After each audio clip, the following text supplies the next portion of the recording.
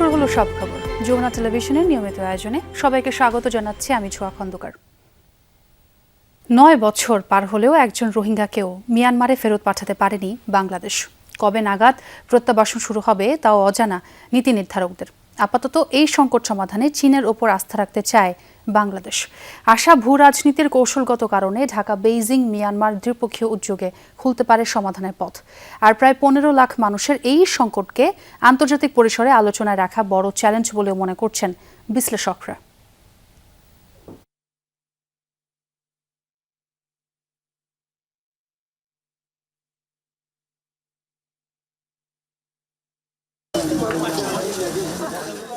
পঁচিশ অগাস্ট 2017 সীমান্ত দিয়ে এক ধাক্কায় কয়েকদিনের মধ্যে মিয়ানমার থেকে বাংলাদেশে প্রাণভয়ে পালিয়ে আসে লাখ দশেক রোহিঙ্গা।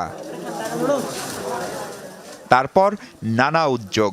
প্রথম দফা মিয়ানমারের সাথে দ্বিপাক্ষিক অ্যারেঞ্জমেন্ট সই, তারপর IOM না জাতিসংঘ শরণার্থী সংস্থা UNHCR তা নিয়ে দ্বিধা। 2019 সালে এসে নিউ ইয়র্কে ঢাকা বেইজিং নেইপিদ ত্রিপক্ষীয় উদ্যোগেও কাজের কাজ হয়নি কিছুই।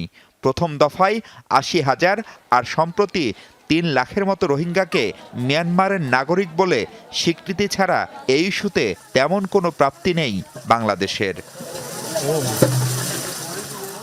অন্তর্বর্তী সরকারের সময় জাতিসংঘ মহাসচিবকে নিয়ে প্রত্যাবাসন শুরুর আশাবাদের কথাও শুনিয়েছিলেন প্রধান উপদেষ্টা ডক্টর ইউনূস। 4 বছর ঈদের সময় যেন অনার বাড়ির মধ্যে তাই ইউনিটি একত্র। প্রধানমন্ত্রী তারেক রহমানের চীন সফরেও রোহিঙ্গা সংকটের টেকসই সমাধানে বাংলাদেশের পাশে থাকার অঙ্গীকার করে চীন। ভূ রাজনীতির জটিল নানা সমীকরণে এই ইস্যুতে বেইজিংয়ের দিকেই তাকিয়ে Dhaka. I'm very hopeful with the strategic partnership that we have with China, our strong friends, especially the relationship that has strengthened between our Honorable Prime Minister Tariq Rahman and President Xi Jinping. তাদের ব্যক্তিগত সম্পর্ক এই জিনিসটাকে একটা জায়গা করে দিবে আলাপ আলোচনা, এবং মায়ানমার গভর্নমেন্টের সাথে কাজ করে আমরা একটা জায়গায় নিয়ে যেতে পারবো। সব মিলিয়ে 15 লাখেরও বেশি মিয়ানমারের নাগরিকের দায়ভার এখন বাংলাদেশের কাঁধে। তাদের ভরণ পোষণে বৈশ্বিক সহায়তাও কমতে কমতে অর্ধেকে দাঁড়িয়েছে। এ অবস্থায় পররাষ্ট্রমন্ত্রী ডক্টর খলিলুর রহমান জাতিসংঘ সাধারণ পরিষদের সভাপতি হওয়ায় খানিকটা আশার আলো দেখছে Dhaka. What is a volatile world? Crisis after crisis আমরা দেখি the attention span of moving from crisis to crisis also unfortunately moves on very quick. I am very hopeful আমরা এই রোহিঙ্গা ক্রাইসিস আবার ওয়ার্ল্ডের অ্যাটেনশনে নিয়ে আসতে পারবো আমাদের 81st সেশনের presidency of the UN general অ্যাসেম্বলির মাধ্যমে। রোহিঙ্গা সংকটের নানা প্রভাবে বাংলাদেশ বিপর্যস্ত উল্লেখ করে বিশ্লেষকরা বলছেন, প্রত্যাবাসন চেষ্টার পাশাপাশি রোহিঙ্গারা যেন জাতীয় আঞ্চলিক নিরাপত্তা বিঘ্নিত করতে না পারে সে ব্যাপারেও সতর্ক থাকতে হবে। চীন যেহেতু মনে করে যে বাংলাদেশকে কেন্দ্র করে এবং বাংলাদেশ মিয়ানমার চীন মিলে একটা অর্থনৈতিক করিডোর বা এখানে বাণিজ্য এবং অন্যান্যভাবে উপকৃত হওয়ার অনেক সুযোগ আছে, সেজন্য আমরা মনে করছি যে চীন হয়তো এই শরণার্থী সমস্যাটার সমাধানে অগ্রণী ভূমিকা পালন করবে এবং এখানে প্রত্যাশাটা আমাদের অনেক বেশি। পাশাপাশি আন্তর্জাতিক আদালতে রোহিঙ্গাদের হত্যা ও জাতিগত নিধনের দায়ে চলমান বিচার প্রক্রিয়া ত্বরান্বিত করারও তাগিদ বিশ্লেষকদের। 2017 থেকে 2026 গেল 9 বছরে রোহিঙ্গা সংকটের সমাধানে নেয়া বিভিন্ন উদ্যোগ শেষ পর্যন্ত কেন সফল হলো না তা পর্যালোচনা করার তাগিদ দিচ্ছেন বিশ্লেষকরা। বলছেন সেই সাথে আগামী দিনগুলোতে এই ইস্যুর সমাধান বাংলাদেশ কিভাবে করবে তারও পথ খোঁজা জরুরি। আর সেজন্য আন্তর্জাতিক সম্প্রদায়কে এক টেবিলে আনার যে কূটনৈতিক প্রচেষ্টা তাও সরকারের অগ্রাধিকারে রাখার তাগিদ দিচ্ছেন তারা। Mahfuz Mishu, Jamuna news, Kutupalong camp, Cox's Bazar. বাংলাদেশে অনুপ্রবেশের 9 বছর পূর্তি উপলক্ষে কক্সবাজারের উখিয়ার ক্যাম্পে সমাবেশ করেছেন রোহিঙ্গারা। সমাবেশ থেকে তারা নিজ দেশে মিয়ানমারে ফিরে যেতে আন্তর্জাতিক সম্প্রদায়ের সহযোগিতা চান। রাখাইনে রোহিঙ্গাদের ওপর জান্তা বাহিনীর বর্বর হত্যাযজ্ঞ বন্ধে পদক্ষেপ গ্রহণেরও দাবি জানান।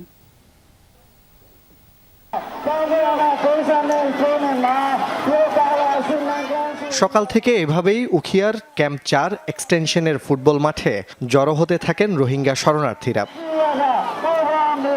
সমাবেশে মিয়ানমারের রাখাইনে দেশটির সেনাবাহিনী তাদের উপর যে হত্যাযজ্ঞ নির্যাতন চালিয়েছে সেই গণহত্যার চিত্র তুলে ধরেন রোহিঙ্গারা।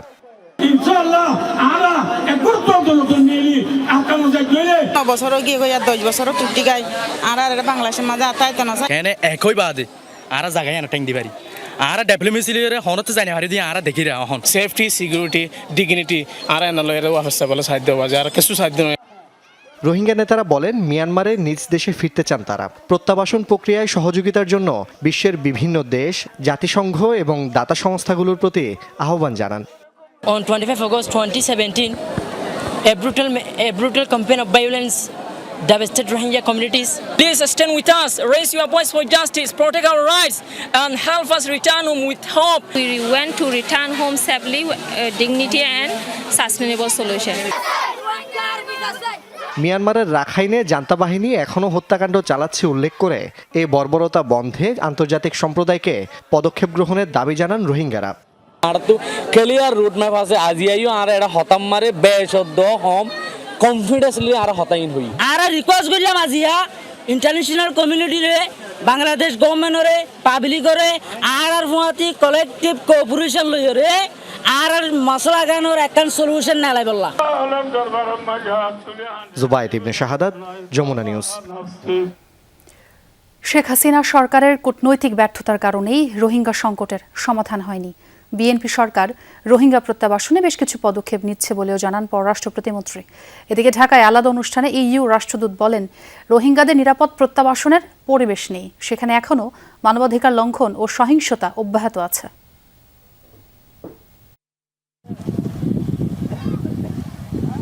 2017 সালে মিয়ানমারের রাখাইনে সামরিক অভিযান ও সহিংসতার মুখে বাংলাদেশে আশ্রয় নেয় লাখ লাখ রোহিঙ্গা। পেরিয়ে গেছে 9 বছর, প্রত্যাবাসন এখনও অনিশ্চিত।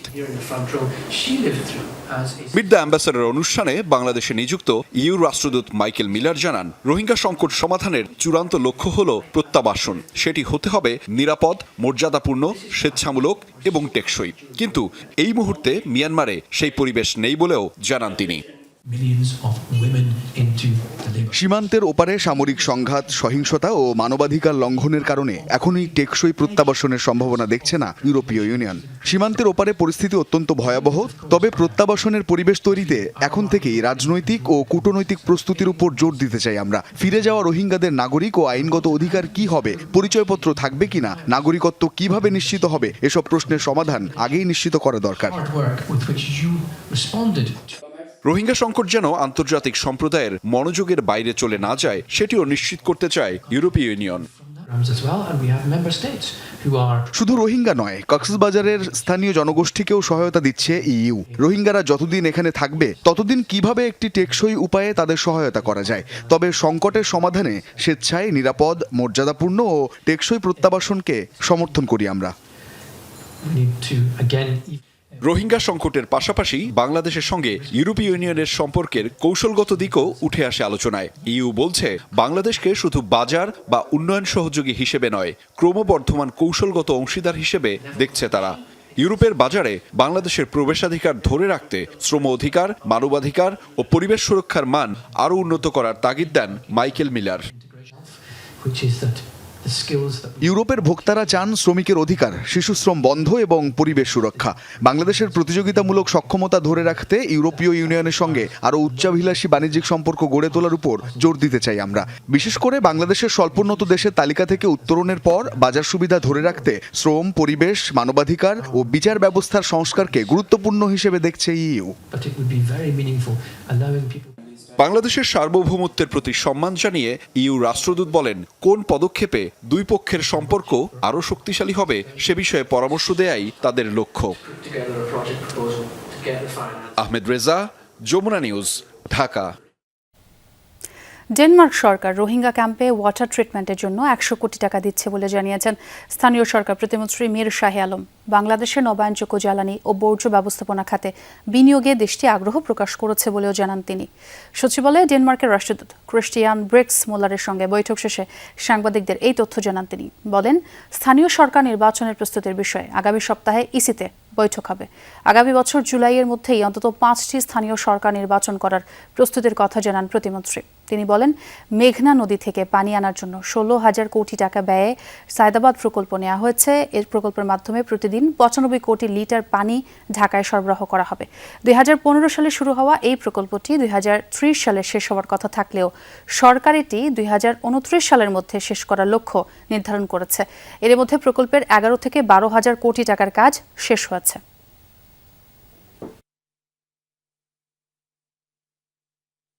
ডেনমার্কের রাষ্ট্রদূত আমাদেরকে সহযোগিতা করবেন সরকার, সেটি হচ্ছে টোটাল 16,000 কোটি টাকার একটা প্রজেক্ট, সায়দাবাদ প্রজেক্ট। এটা মেঘনা থেকে আমরা পানি ট্রিটমেন্ট প্ল্যান্ট করে সরাসরি ঢাকা ওয়াসার মাধ্যমে ঢাকা শহরে নিয়ে আসবো। 95 কোটি লিটার পানি আসবে এটাতে। এই 16,000 কোটি টাকার মধ্যে ইতিমধ্যেই আমাদের প্রায় 11-12,000 কোটি টাকার কাজ শেষ হয়েছে।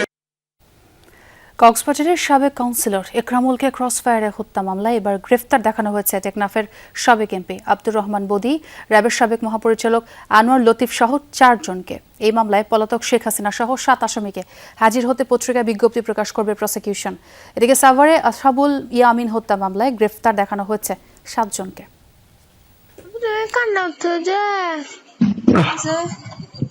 হ্যালো 2018 সালের 26 মে রাতে কক্সবাজারের টেকনাফে মেয়েকে ফোনে রেখে হত্যা করা হয় ওয়ার্ড কাউন্সিলর একরামুল হককে। বলা হয় বন্দুকযুদ্ধ। ওই ঘটনার অডিও রেকর্ড সামনে এলে তোলপাড় হয় দেশ জুড়ে।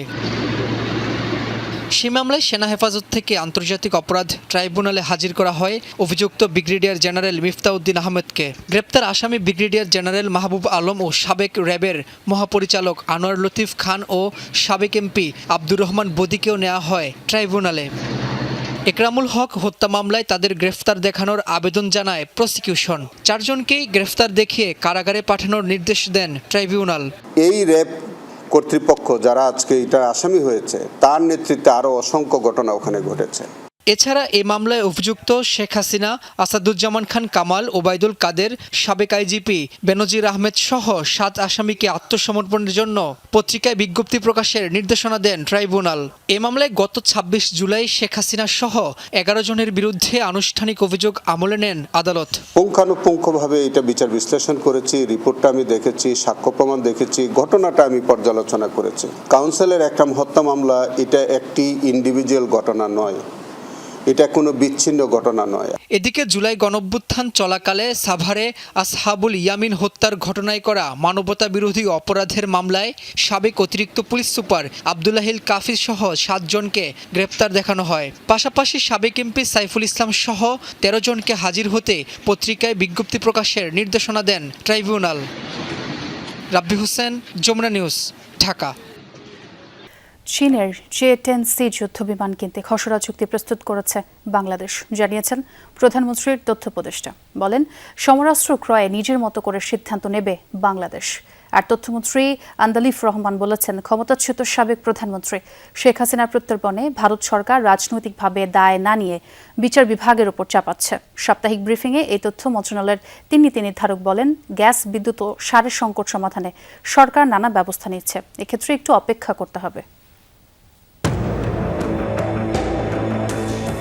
ভারতের বিরুদ্ধে 2025 সালে আকাশযুদ্ধে চীনা J-10C যুদ্ধবিমান ব্যবহার করে সাফল্য পেয়েছিল পাকিস্তান। নতুন ধরনের এই চীনা যুদ্ধবিমান এমন প্রাণঘাতী যে আকাশ ও স্থলপথে আঘাত হানার ক্ষেত্রে সমান দক্ষ। জুলাই গণঅভ্যুত্থান পরবর্তী ভূ রাজনৈতিক বাস্তবতায় বাংলাদেশও সামরিক ও প্রতিরক্ষা বিষয়ে পূর্বের নীতি পরিবর্তন করছে, সেই পরিকল্পনা জানিয়েছেন প্রধানমন্ত্রীর তথ্য উপদেষ্টা। বাংলাদেশকে যে আমরা বলি নতুনভাবে স্বাধীন হয়েছে, দ্বিতীয় স্বাধীনতা কেন বলি? কারণ বাংলাদেশ তার বৈদেশিক নীতি, সামরিক নীতিতে স্ট্র্যাটেজিকলি তার ইন্টারেস্টের সিদ্ধান্ত একসময় নিতে পারতো না। আমরা আসলে স্বাধীন হয়েছে ওই অর্থে। আমরা J-10 ফাইটার কিনবো, এটা হয়তো কোনো একটা সময় বা অন্তত আলোচনা চালাচ্ছি, আমরা সেদিকে এগোচ্ছি, এটা 5 আগস্ট পূর্ববর্তী সময়ে সম্ভব ছিল না। এর অংশ হিসেবে বিমান বাহিনীর জন্য চীন থেকে J-10C যুদ্ধবিমান কেনা সহ আধুনিক প্রযুক্তির বিভিন্ন সমরাস্ত্রে বিমান বাহিনীকে সাজাতে চায় সরকার। ভারত পাকিস্তানের যখন যুদ্ধ হচ্ছে, ভারতের ডেসল রাফাল ডাউন হয়েছিল এবং সেটা করেছিল চাইনিজ J-10, খসড়া চুক্তিপত্র হয়েছে। আমরা J-10 ফাইটার বাংলাদেশ কিনতে পারি, এই ধরনের আলোচনা আমরা মনে হয় খেয়াল করেছি। বিভিন্ন মডেলের 4th প্রজন্মের MRCA multi role combat aircraft, fighter aircraft, attack helicopter, VIP helicopter, UAV system সহ এগুলো চলমান রয়েছে। এই অর্থ বছরে বাজেট সাহায্য পাওয়া গেলে সেটা করা হবে, আদারওয়াইজ পরের বাজেটে এটা চলে যাবে। গণ অভ্যুত্থানে ক্ষমতাচ্যুত সাবেক প্রধানমন্ত্রী শেখ হাসিনা ভারতে অবস্থান করছেন। তাকে ফিরিয়ে দেয়া নিয়ে বাংলাদেশ ভারত দুই দেশের টানাপোড়েনে থেমে আছে প্রধানমন্ত্রীর ভারত সফর। এ নিয়ে তথ্যমন্ত্রী বলেন, শেখ হাসিনা সহ পলাতক সবাইকে ফেরত চায় ঢাকা। ওই সরকার হয়তো পলিটিক্যালি এখন ওই দায়ভার নিতে চাচ্ছেন না বলে এটা জুডিশিয়ারির উপরে দিয়ে দিচ্ছেন।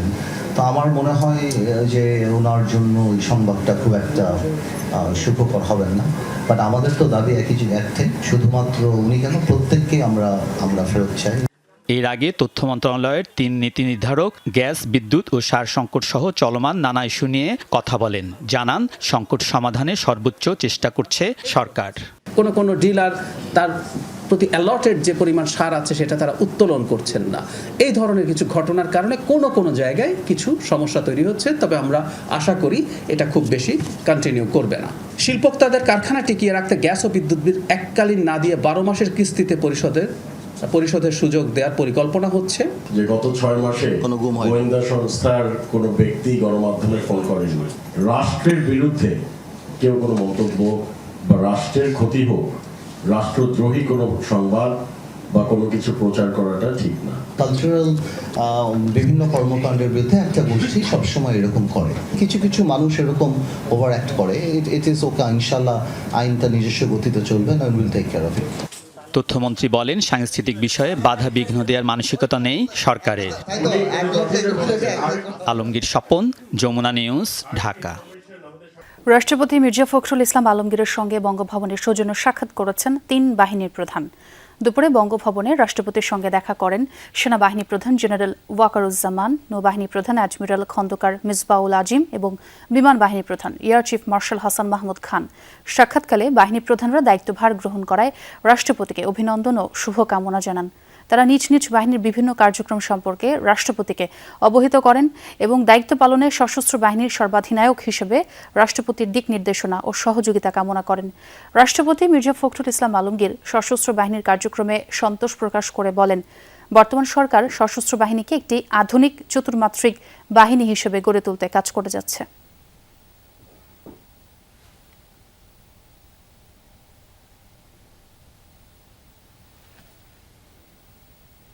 অত্যাবশ্যকীয় 295 ওষুধের তালিকা বাতিলে সমালোচনা করেন বিশেষজ্ঞরা।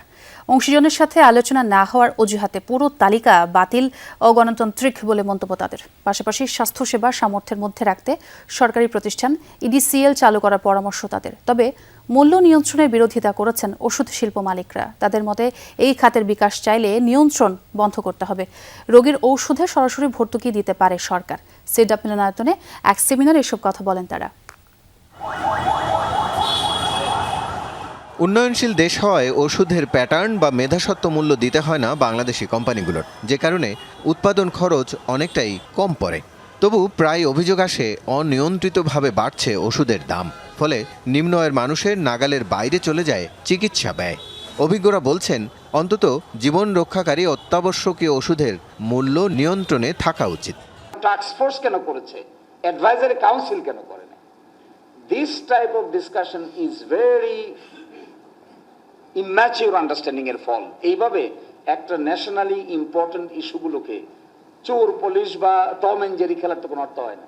অনেক নামকরা প্রফেসরদেরকে, এমনকি অ্যাসিস্ট্যান্ট প্রফেসরদেরকেও, আমার আত্মীয় আছে ওর মধ্যে, চায়না যাচ্ছে, ওষুধ কোম্পানি পয়সা দিচ্ছে, রিট্রিটে যাচ্ছে, ফ্যামিলি সহ ওষুধ কোম্পানি পয়সা দিচ্ছে, পরিবারের চাল ডাল নুন তেলের পয়সা দেয়, তার ওখানে যে হাসপাতালে যে লোকজন তাদের পয়সা দেয়।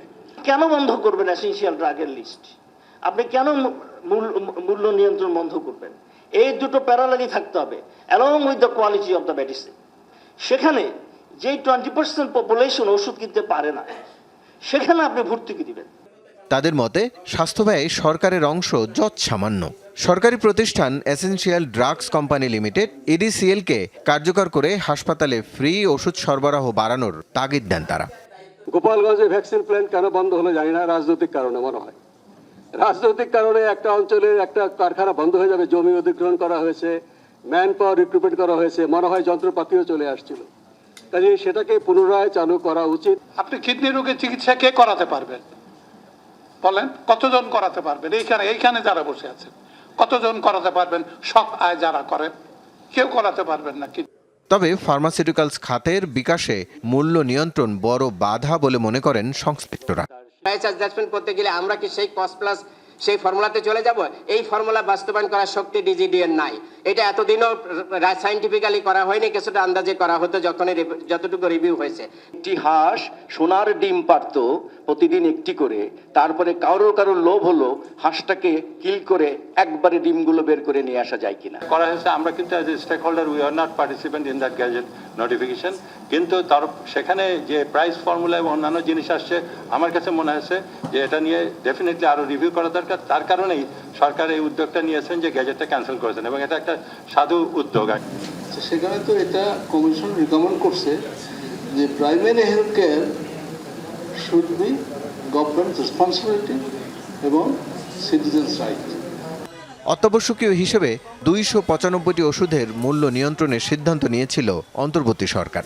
ব্যবসায়ীদের বাধার মুখে সে তালিকা বাতিল করে বিএনপি সরকার। রাসেল আহমেদ, যমুনা নিউজ, ঢাকা। গণভোটের রায় বাস্তবায়ন, গ্যাস, বিদ্যুৎ ও সারের সংকট সমাধান সহ 6 দাবিতে 5 সেপ্টেম্বর ঢাকা থেকে চট্টগ্রামে অভিমুখে লং মার্চ করবে 11 দলীয় ঐক্য। পর্যায়ক্রমে সব বিভাগীয় শহরে হবে এই কর্মসূচি বলে জানিয়েছেন জামায়াতের সেক্রেটারি জেনারেল মিয়া গোলাম পরওয়ার। দুপুরে সংবাদ সম্মেলনে জোটের কর্মসূচি তুলে ধরেন তিনি। জানান সকাল 7টায় শাপলা চত্বরে সমবেত হয়ে চট্টগ্রামের উদ্দেশ্যে রওনা দেবেন জোটের নেতৃবৃন্দ। শান্তিপূর্ণ এই কর্মসূচিতে পথে পথে বিভিন্ন জায়গায় হবে সভা করবে 11 দল। গোলাম পরওয়ার জানান আইন শৃঙ্খলা রক্ষায় সার্বিক সহযোগিতার আশ্বাস দিয়েছে পুলিশ। এ সময় বিএনপিরও সহযোগিতা কামনা করেন জামায়াতের সেক্রেটারি জেনারেল। লং মার্চে মহাসড়কে কিছুটা যানজট হতে পারে বলে আগাম ক্ষমা প্রার্থনা করেছে জামায়াত।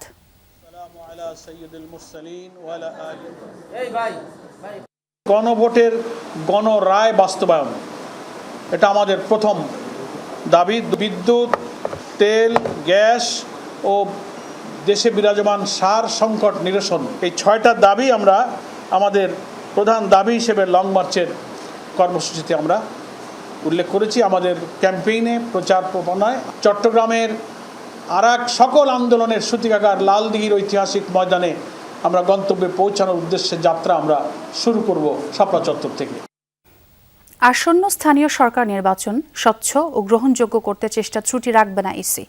জনগণের ভোটেই জনপ্রতিনিধি নির্বাচিত হবেন বলে জানিয়েছেন নির্বাচন কমিশনার আবুল ফজল মোহাম্মদ সানাউল্লাহ। বলেন, স্থানীয় সরকার নির্বাচন সহিংসতা মুক্ত রাখতে হলে রাজনৈতিক দলগুলোর সদিচ্ছা থাকতে হবে। এছাড়া নারী প্রতিনিধিত্ব নিশ্চিতে রাজনীতিবিদদের ভূমিকা জরুরি বলে মনে করেন তিনি। ত্রয়োদশ জাতীয় সংসদ নির্বাচন পর্যবেক্ষণের প্রতিবেদন প্রকাশ ও অংশীজনদের সঙ্গে সংলাপের আয়োজন করে alliance for free election and democracy. রাজধানীর একটি হোটেলে আয়োজিত সংলাপে ছিলেন নির্বাচন সংশ্লিষ্ট ব্যক্তিরা। এ সময় নির্বাচন পর্যবেক্ষকরা স্থানীয় সরকার নির্বাচন সহ ভবিষ্যতের সকল নির্বাচনে নারী প্রতিনিধিত্ব বৃদ্ধি সহ বেশ কয়েকটি গুরুত্বপূর্ণ সুপারিশ তুলে ধরেন। ইলেকশন কমিশন প্রস্তাব করতে পারে যে নারী অংশগ্রহণ বাড়াতে হবে, কিন্তু পার্টিগুলো যদি আপনার ঐক্যমত না আসে তখন কিন্তু হবে না। সোসাইটি তখনই চেঞ্জ হবে যখন মেয়েরা সবাই শিক্ষিত হবে, নিজেরাই উঠে দাঁড়াবে। অনুষ্ঠানে বিএনপির এমপিরা আগামীতে সংসদে নারীদের প্রতিনিধিত্ব বাড়ানোর আহ্বান জানান। এছাড়া জাতীয় নির্বাচনে ইসির ভূমিকার সমালোচনা করে বিএনপি ও জামাত। আমাদের যে আমির জামাতের সিটটা, সেই সিটে ইলেকশনের রেজাল্ট করতে গড়িমসি করা হয়েছে। বিপুল পরিমাণ পোস্টাল ভোট ইলেকশন কমিশনার বাতিল করেছেন। এতে সবচেয়ে ক্ষতিগ্রস্ত হয়েছে জামাত। আমাদের যে পরিমাণ সিট পাওয়ার কথা ছিল সে কাঙ্ক্ষিত সিট কিন্তু আমরা পাইনি পক্ষপাতিতার কারণে। একটি রাজনৈতিক দলের প্রচারণাটা বাইরে বেশি হয়েছে, আমরা সমানভাবে প্রচারণার সুযোগটা পাইনি। আমরাও খুব বেশি নারী নমিনেশন তো আসলে দিতে পারিনি, আশা করব পরবর্তী নির্বাচনে আমরা অনেক বেশি নারীকে নমিনেট করতে পারবো। নির্বাচন কমিশনার আবুল ফজল মোহাম্মদ সানাউল্লাহ বলেন, স্থানীয় সরকার নির্বাচনের সহিংসতার শঙ্কা থাকলেও তা বিতর্কের ঊর্ধ্বে রাখতে চায় ইসি। আমাদের অন্ততপক্ষে এটা নিশ্চিত করতে হবে, ইলেকশন কমিশনের পক্ষ থেকে গেট ইট গ্রান্টেড, আমাদের যা কিছু টুল আছে উই উইল এক্সারসাইজ। নমিনেশন পেলেই I am elected, no, this is not going to happen. Election will be transparent. ত্রয়োদশ জাতীয় সংসদ নির্বাচনকে দেশের ইতিহাসে এক অনন্য নির্বাচন দাবি করে কমিশনার সানাউল্লাহ বলেন, নির্বাচন প্রক্রিয়াকে সাশ্রয়ী করতে ভোটার সচেতনতার বিকল্প নেই। ত্রয়োদশ জাতীয় সংসদ নির্বাচন 12 ফেব্রুয়ারি যদি কোনো কারণে অনন্য হয়ে থাকে, এটা হচ্ছে ল্যাক অফ ভায়োলেন্সের জন্য। তানভীর মৌসুম, যমুনা নিউজ, ঢাকা। সংসদের তৃতীয় অধিবেশন নির্বিঘ্নে করতে সংসদ ভবন ও পার্শ্ববর্তী এলাকায় সব ধরনের অস্ত্রশস্ত্র ও বিস্ফোরক বহন এবং সভা সমাবেশ, মিছিল, শোভাযাত্রা ও বিক্ষোভ নিষিদ্ধ করেছে ঢাকা মহানগর পুলিশ।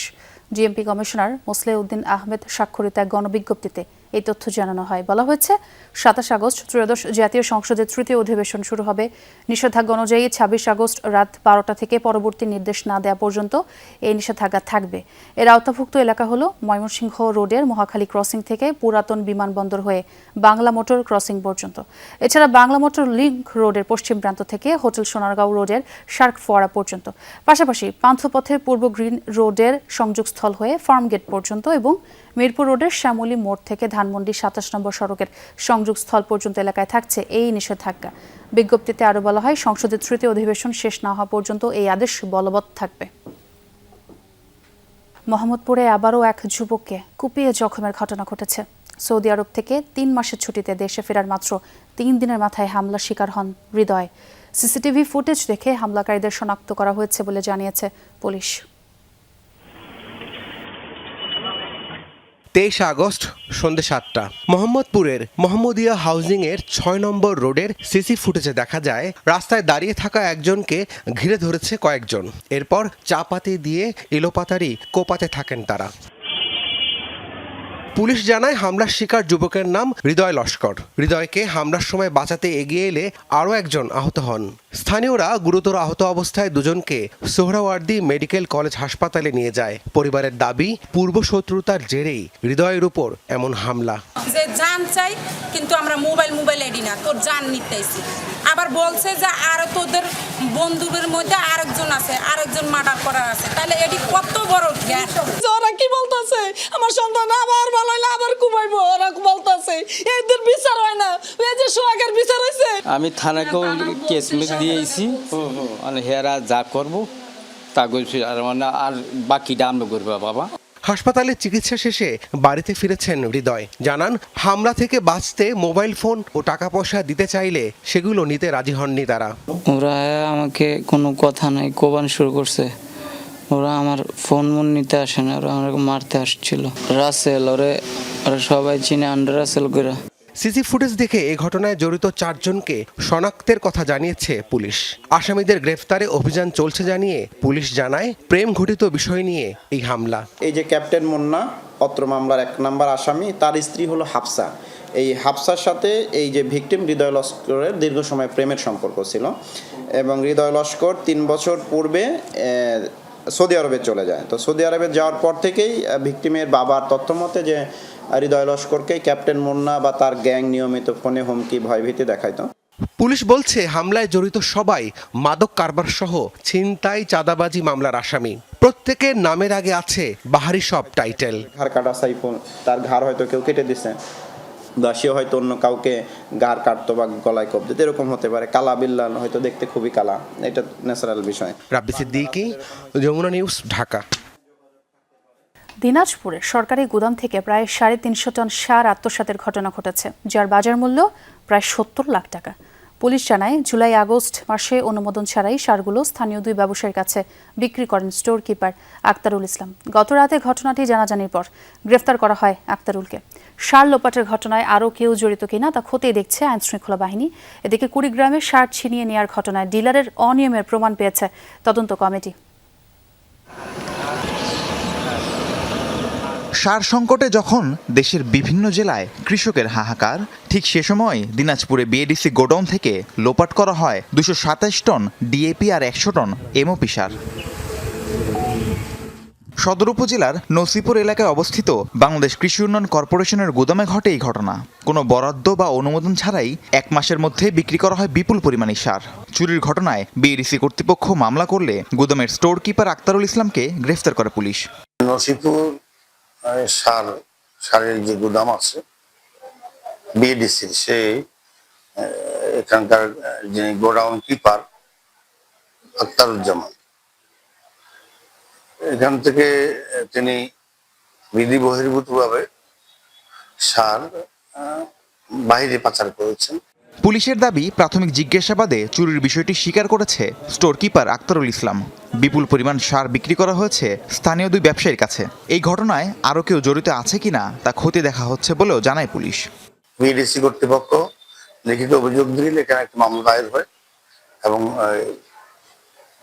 গোডাউন কিপার যিনি, তাকে গ্রেফতার করা হয়।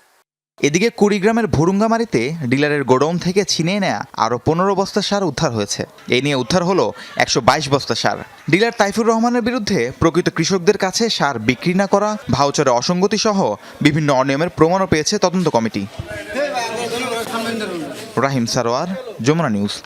আগামী 1 সেপ্টেম্বর থেকে মেয়াদি ও চলতি হিসাব থেকেও টাকা উত্তোলন করতে পারবেন সম্মিলিত ইসলামী ব্যাংকের গ্রাহকরা। এ বিষয়ে নীতিগত সিদ্ধান্ত জানিয়েছে বাংলাদেশ ব্যাংক। দুর্দশাগ্রস্ত 5 ব্যাংক সমন্বয়ে গঠন করা হয় সম্মিলিত ইসলামী ব্যাংক। এদিকে সকালে ব্যাংকের গভর্নর মোহাম্মদ মুস্তাকুর রহমানের সাথে সম্মিলিত ইসলামী ব্যাংকের প্রতিনিধি দল সাক্ষাৎ করেছেন। প্রতিনিধি দলের নেতৃত্ব দেন চেয়ারম্যান কাজী শায়রুল হাসান ও ব্যবস্থাপনা পরিচালক আবিদুর রহমান শিকদার। এ সময় গভর্নর মুস্তাকুর রহমান দ্রুত সময়ের মধ্যে স্বাভাবিক ব্যাংকিং কার্যক্রম শুরুর নির্দেশ দেন। আমানতকারীদের মুনাফার উপর কোনো ধরনের হেয়ার কাট না রাখার প্রস্তাব করেন ব্যাংকের চেয়ারম্যান ও ব্যবস্থাপনা পরিচালক। গভর্নর বলেন, মুনাফা সহ অর্থ ফেরতের ব্যবস্থা করতে হবে। সভায় জানানো হয় 29 ডিসেম্বর ঘোষিত স্কিম অনুযায়ী আমানতকারীদের অর্থ ফেরত দেওয়া হচ্ছে। আগামী 1 সেপ্টেম্বর থেকে ব্যক্তি আমানতকারীরা চলতি হিসাব, সঞ্চয় হিসাব ও মেয়াদি আমানতের মূল অর্থ উত্তোলনের সুযোগ পাবেন। বর্তমানে গ্রাহকরা সঞ্চয়ী আমানত থেকে স্বল্প পরিসরে অর্থ তুলতে পারছেন।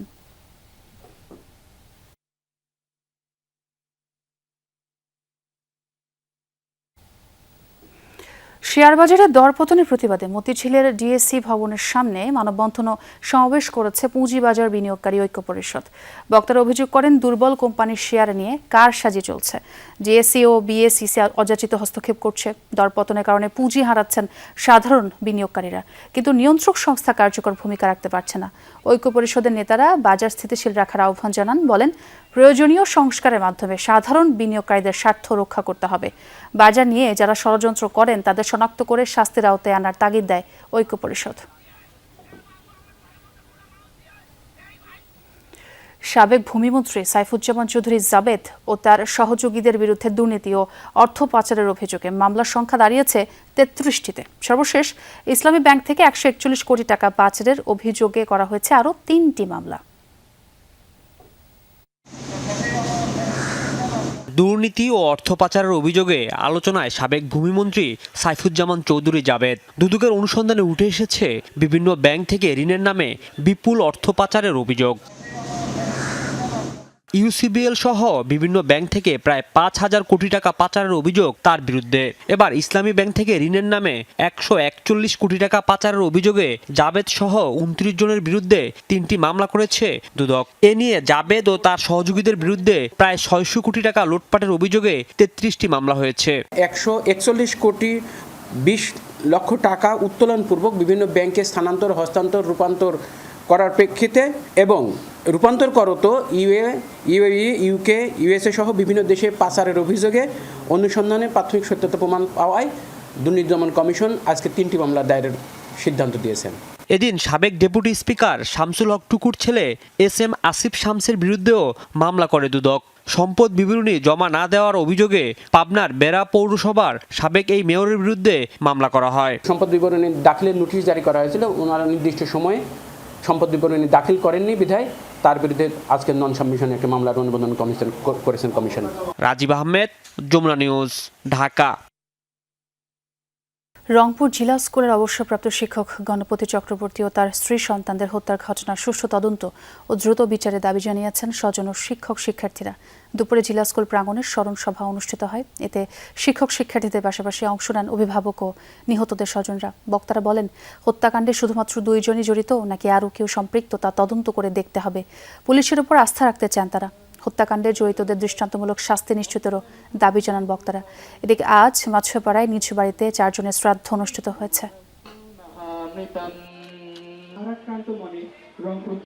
আমি ওনাদেরকে অনুরোধ করছি যে আপনারা একটু বিষয়টাকে আরো ভালোভাবে তদন্তর মাধ্যমে আপনারা দেখেন যে এর পিছনে এই আরো কেউ জড়িত আছে কিনা। আমাদের একটাই চাওয়া, সুষ্ঠুভাবে আরো তদন্ত করে আমাদেরকে সঠিক বিচার পাওয়া যায়।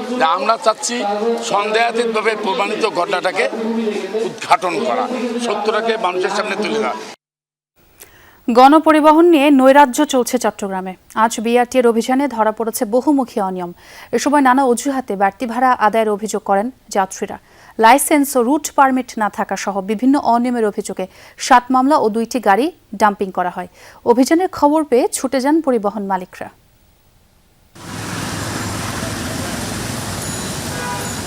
গণপরিবহনে ইচ্ছামতো ভাড়া আদায়ের অভিযোগ দীর্ঘদিনের। যাত্রীদের একের পর এক অভিযোগের প্রেক্ষিতে মাঠে নামে বিআরটিএ।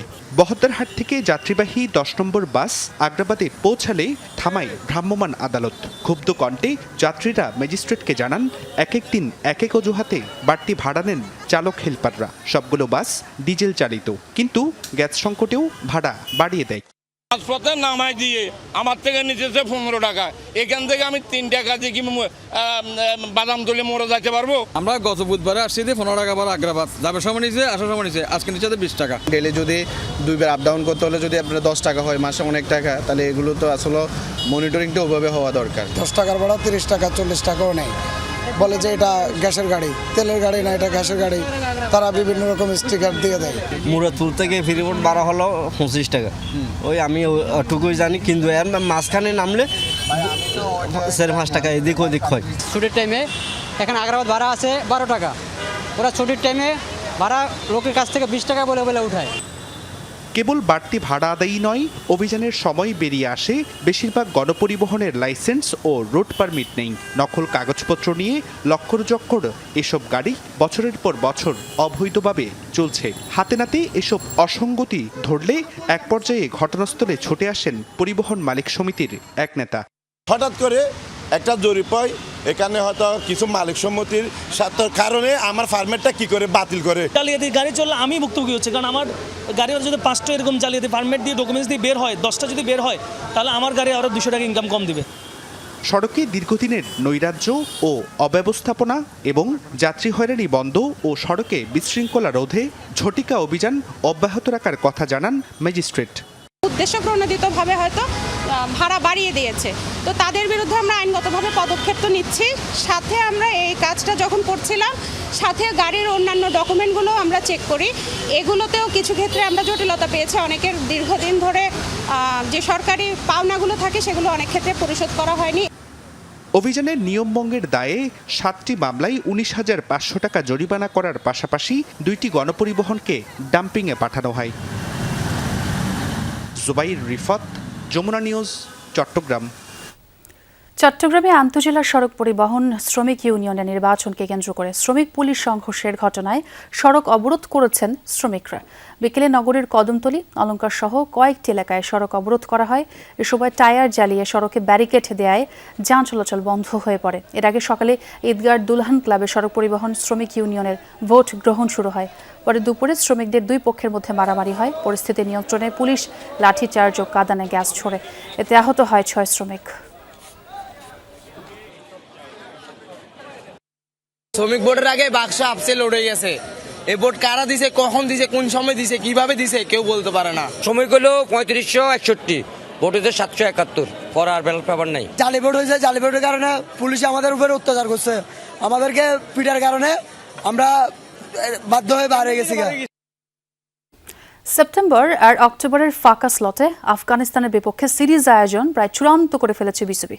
দুবাইতে আফগানদের বিপক্ষে একটি টেস্ট ও 3টি ওয়ানডে খেলার বিষয়ে আলোচনার কথা নিশ্চিত করেছেন বিসিবির media committee chairman Asif Rabbani. সেই সাথে পেস বোলিং আর ফিল্ডিং কোচ নিয়োগ নিয়েও কাজ করছে বোর্ড, জানিয়েছেন তিনি।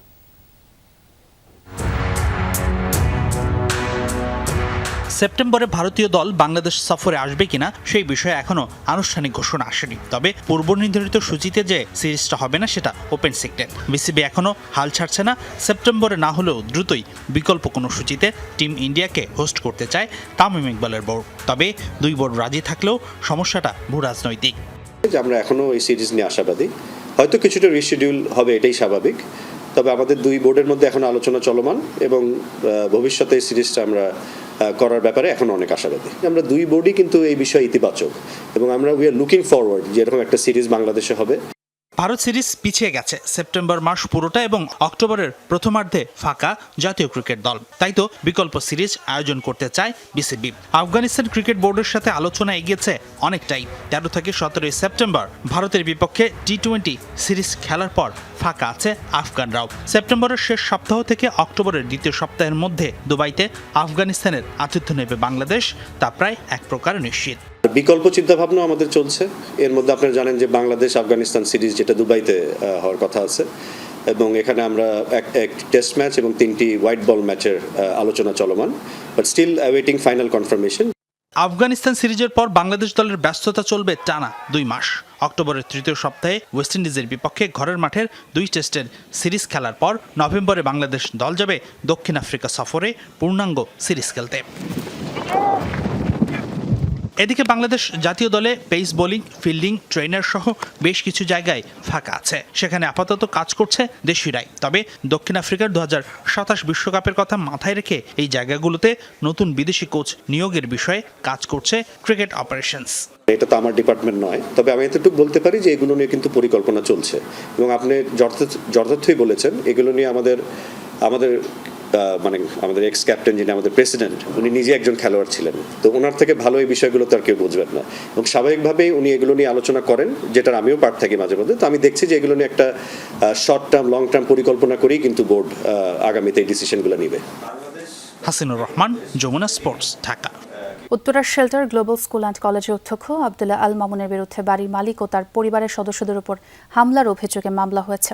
মামলায় বাড়ির মালিক ও তার পরিবারের সদস্যরা অভিযোগ করেছেন, মামুন বাইরে থেকে কিশোর গ্যাং ভাড়া করে স্কুলের ছাত্র পরিচয়ে তাদের উপর অতর্কিত হামলা করে। এরপর তার ব্যক্তিগত গাড়ির চালককেও মারধর করে তারা। এর কারণ হিসেবে বাড়ি মালিকের ছেলে জানান, টানা 14 মাসের বকেয়া স্কুলের ভাড়া চাওয়ার কারণে এই হামলা করেন তিনি। এছাড়াও তাদের অভিযোগ, বহিরাগত ছেলেদের স্কুলের ছাত্র সাজিয়ে দেশীয় অস্ত্র দিয়ে তাদের বাসায় এসেও হামলা চালানো হয়।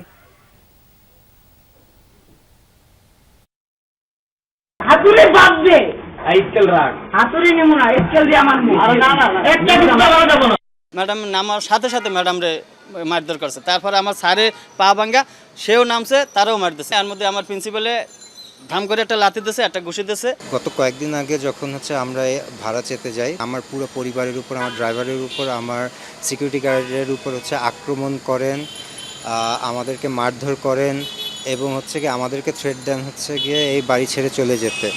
চট্টগ্রামে আনোয়ারার বরুমচড়া থেকে বটতলী পর্যন্ত বেহাল সড়ক দ্রুত সংস্কারের দাবিতে বিক্ষোভ মিছিল, সমাবেশ ও মানববন্ধন করেছেন এলাকার মানুষ। পশ্চিম বরুমচড়া বা হাজারী সড়কে এই কর্মসূচিতে তারা অভিযোগ করেন, সড়কটির উন্নয়ন কাজ অসমাপ্ত রেখে পালিয়েছে ঠিকাদার। বেহাল সড়ক দিয়ে চলাচলে চরম ভোগান্তিতে হাজার হাজার মানুষ। সড়কটি দ্রুত সংস্কার করা এবং দায়িত্ব অবহেলা করা ঠিকাদারের বিরুদ্ধে ব্যবস্থা গ্রহণের দাবি জানান এলাকার মানুষ। জনভোগান্তি নিরসনে কার্যকর পদক্ষেপ না নিলে আরও বৃহত্তর কর্মসূচির হুঁশিয়ারি দেন তারা। সাম্প্রতিক ভয়াবহ বন্যায় ক্ষতিগ্রস্ত চট্টগ্রামের বিভিন্ন এলাকায় চলছে ত্রাণ বিতরণ ও মানবিক সহায়তা কার্যক্রম।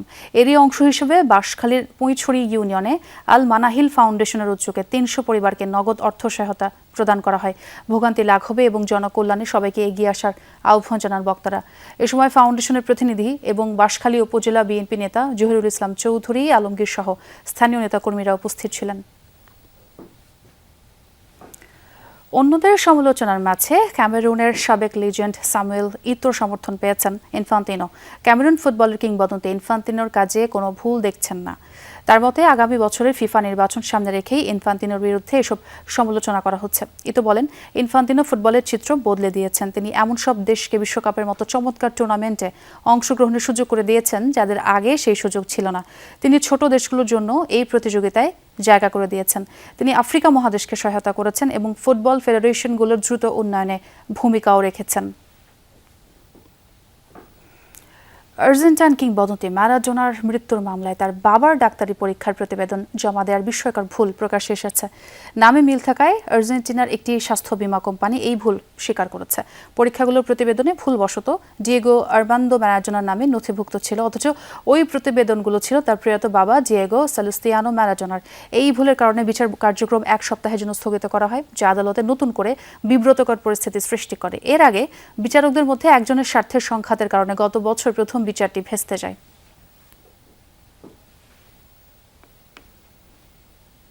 দর্শক, এই ছিল সব খবরের আজকের আয়োজনে। এতক্ষণ যারা সঙ্গে ছিলেন সবাইকে ধন্যবাদ।